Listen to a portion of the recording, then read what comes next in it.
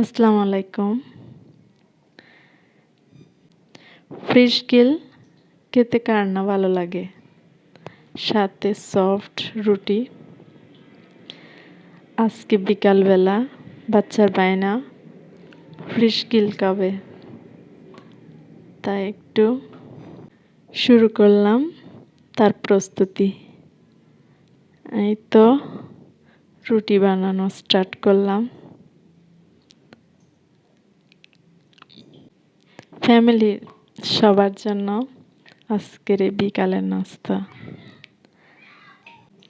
ফ্যামিলিকে ওদের পছন্দের খাবারটা খাওয়াতে কার না ভালো লাগে। সব মায়েরই ইচ্ছা যা বাচ্চার বায়না পূরণ করার, যার যার সাধ্য অনুযায়ী। আমারও তার বিকল্প না। আচ্ছা আচ্ছা আজকে বলবো, ধৈর্য ব্যাপারটা বড়ই অদ্ভুত। যে একবার ধরতে জানবে তার ফল সে পাবেই। সেই ধৈর্যের ফল যখন আপনি পাওয়া শুরু করবেন, আপনার সেই কষ্টগুলো আর কষ্টই মনে হবে না। তাই প্রত্যেকেরই উচিত কঠিন সময়ে একটু ধৈর্য ধরা। কষ্ট করে একটু ধৈর্য ধরতে পারলেই বাকিটা সময় খুবই ভালো কাটে। একটা সময় ছিল যখন আমার নতুন বিয়ে হয়েছে, আমার সংসারে তেমন কিছুই ছিল না আমার শ্বশুরবাড়ির দিক দিয়ে।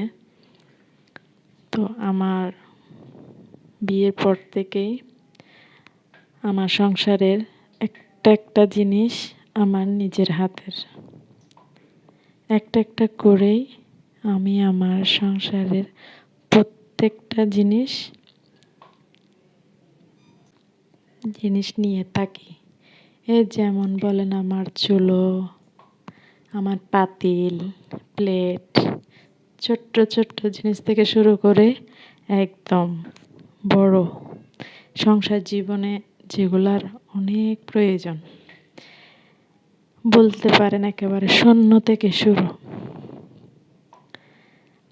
আল্লাহর রহমতে এখন আমার কাছে অনেক কিছুই আছে, সবই আমার নিজের হাতের করা। প্রতিটা জিনিস আমার সংসারের, ছোট বলেন বড় বলেন, প্রত্যেকটা জিনিস আমার নিজের হাতের করা, নিজের সংসারে। অনেকের হয় না, শাশুড়ির থাকে, সেই শাশুড়ির জিনিস দিয়েই সংসারের কাজগুলো মিটিয়ে নেয়। আমার ক্ষেত্রে বিষয়টা একটু ভিন্ন। প্রত্যেকটা জিনিস নিজের হাতে করা, একেবারে ছোট থেকে ছোট জিনিস। এই এই ব্যাপারটা বড়ই অদ্ভুত। এটা তো সবার সাথে হয় না। আমার ঘরের প্রত্যেকটা জিনিস আমার অনেক প্রিয়। এগুলার সাথে আমার অনেক আলাদা একটা মায়া আছে। এগুলোর সঙ্গে আমার একটা অন্য রকমের মায়া কাজ করে। এগুলা এক একটা জিনিস আমার ঘরের মেম্বারই বলতে পারেন। প্রতিটা জিনিস, ছোট থেকেও ছোট্ট জিনিস। কিছু মানুষ বলবে এগুলা কোনো কথা, আসলে বিষয়টা এমন না। আমি আসলে বুঝিয়ে বলতে পারবো না আমার জন্য ব্যাপারটা কেমন। যে শূন্য থেকে শুরু করে তার জন্য এইগুলা অনেক কিছু।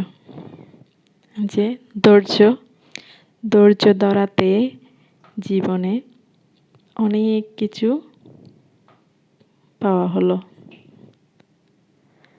এই যে আপনাদের সঙ্গে কথা বলতে বলতে আমার বাচ্চার বাই নাও কমপ্লিট।